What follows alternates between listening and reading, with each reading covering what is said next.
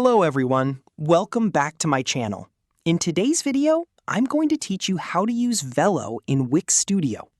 Velo is Wix's coding platform that lets you add custom functionality to your site using JavaScript.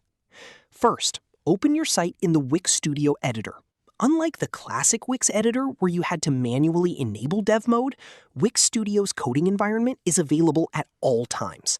Simply click the code icon in the left sidebar. Then click Start Coding.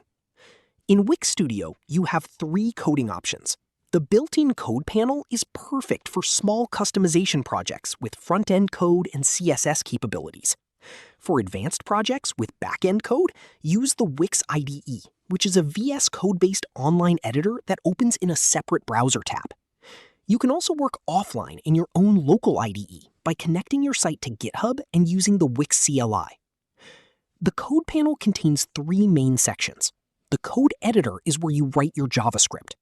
The Properties and Events panel lets you add event handlers to elements, like running code when a button is clicked.